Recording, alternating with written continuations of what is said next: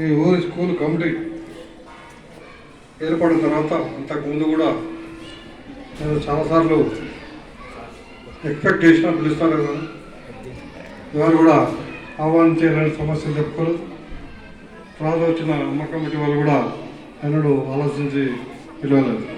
సరే స్కూల్ బాగానే ఉంది, పిల్లలంతా మంచిగానే ఉన్న ఉద్దేశంతో నేను కూడా దానికి ప్రోత్సాహం చూపెట్టలేదు.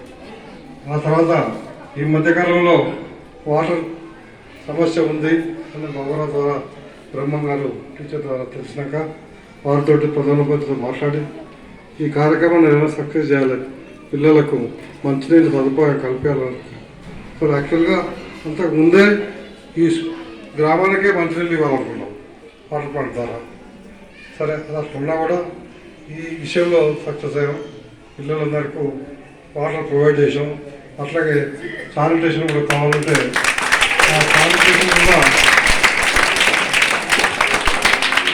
మీకు కావాల్సిన వసతులు చేసుకోమని మరి ప్రధాన ఉపాధ్యాయ గారికి బ్రహ్మం గారికి చెప్పడం, అమౌంట్ ఇవ్వడము, ఇంత పని కూడా జరిగినట్లుంది.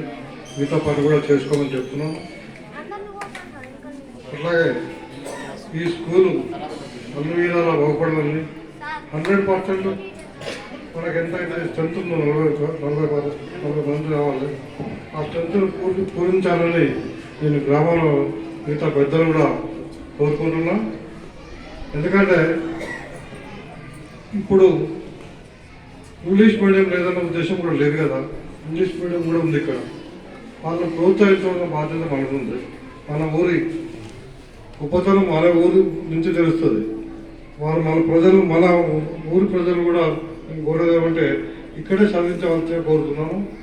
ఇక్కడ ఉపాధ్యాయులు కూడా నేను చెప్పేదంటే ఇంగ్లీష్ మీడియం స్కూల్ పిల్లలను సపరేట్గా పెట్టి అందరికి ఒకటే నా విజ్ఞప్తి, ఇంగ్లీష్ మీడియం స్కూల్ పిల్లలు స్కూల్ ప్రెమిసెస్లో ఉన్నప్పుడు తెలుగులో మాట్లాడతారు.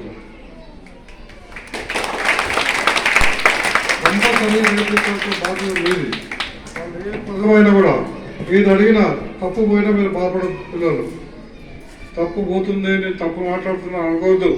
మీరు తెలిసినంత వరకు ఇంగ్లీష్లో మాట్లాడండి, అప్పుడే మీరు డెవలప్ అవుతాం. ఎవరు కాదు నేను తప్పు మాట్లాడుతున్న ఉద్దేశంతో ఎవరితో మాట్లాడినప్పుడు, టీచర్తో మాట్లాడినప్పుడు, హెడ్ మాస్టర్తో మాట్లాడినప్పుడు మీరు భయపడదు. అసలు ఇంగ్లీష్